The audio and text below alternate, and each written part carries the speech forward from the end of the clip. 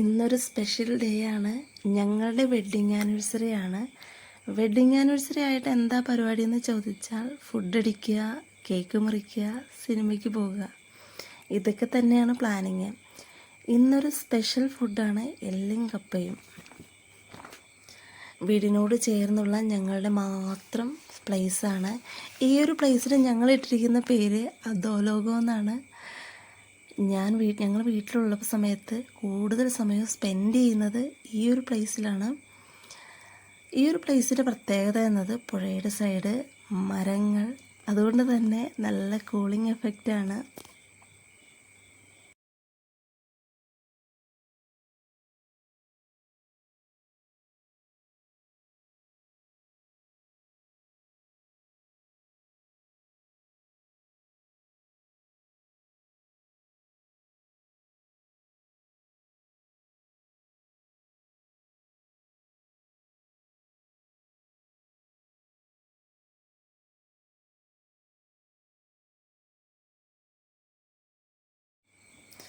ഇനി കേക്ക് മുറിക്കലാണ്.